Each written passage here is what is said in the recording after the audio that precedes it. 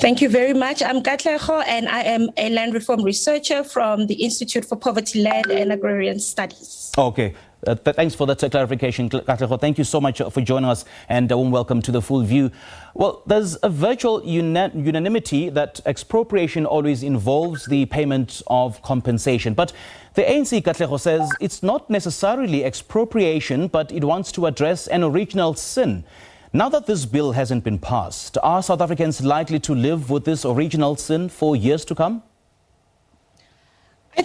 Thank you very much for having me, and thank you for this question. But I must say that it is important for us to first have a proper understanding of what was being debated in Parliament this afternoon and what the bill actually states in its current form. So this amendment of the Constitution, it's the 18th Amendment, it seeks to make changes to Section 25 of the Bill of Rights, which is the property clause, in order to make explicit circumstances that would warrant the payment of nil compensation following the expropriation of land. So basically, what it hopes to do is to address the historic wrongs of land dispossession and ensure that equitable access to land to empower the majority of South Africans. So this is the reason why the constitutional amendment actually precedes the expropriation bill, because it provides expropriation of property, but not only in terms of law of general application. The expropriation bill is the law of general application, and any legislation enacted must be in accordance with the provisions by the Constitution of the Republic. So I think what we should be looking out for in particular is the expropriation bill and the land court bill, as Ronald Lamola had said this afternoon.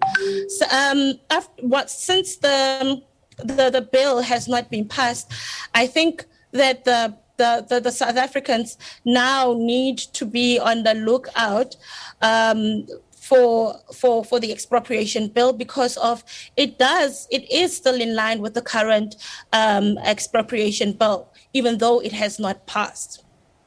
Well, now that the amendment bill hasn't been passed, Katlego, what will become of the hopes and the dreams of those people whose expectations of imminent access to land were raised during all the provincial public hearings? Come again? Now that this bill hasn't been passed, what then will happen to the hopes and the dreams of South Africans whose expectations of access to land have been raised during all those provincial public hearings?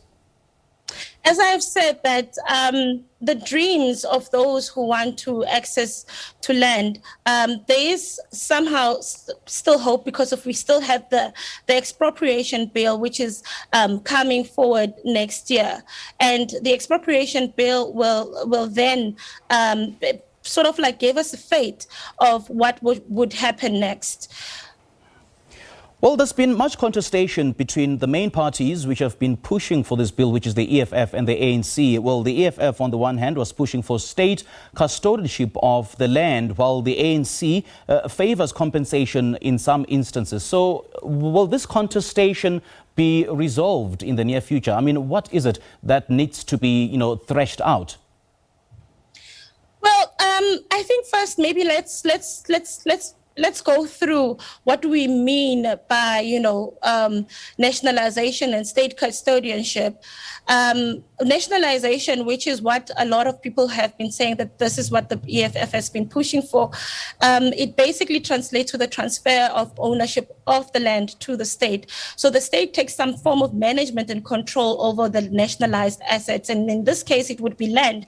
Whereas custodianship suggests that the state needs to acquire the rights on the behalf of others to facilitate access without either managing or controlling or even exploiting, in the case of mineral resources. So that's that. I think we will basically see this pull and push and pull between the two parties, because I mean today it was very evident that the EFF is not coming to the party because of what it had put forward since 2018.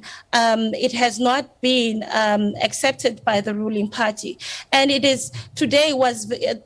showed that the EFF is actually adamant that if they do not do what they suggest, which is full custodianship by the state, then they would not definitely come to party until what they want is achieved. So I think for a very long time, this debate will go on for as long as the two parties do not agree or see the need either to have some state custodianship or full state custodianship.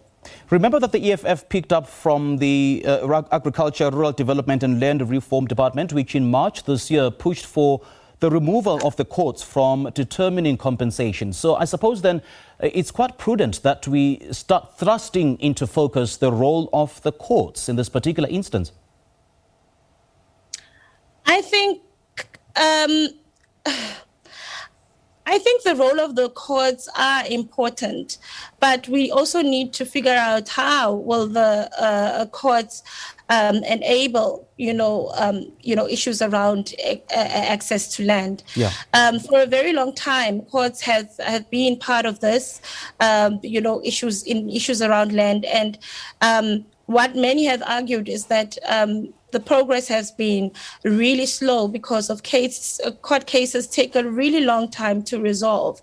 So I think those who are pushing against the role of courts in the issue of land and arguing for, a state, and in this instance, the minister to be the person who is who leads in this, is because of necessarily that you need somebody who would be decisive, and we need proper instruments that would help us to achieve getting access to land far much more quicker.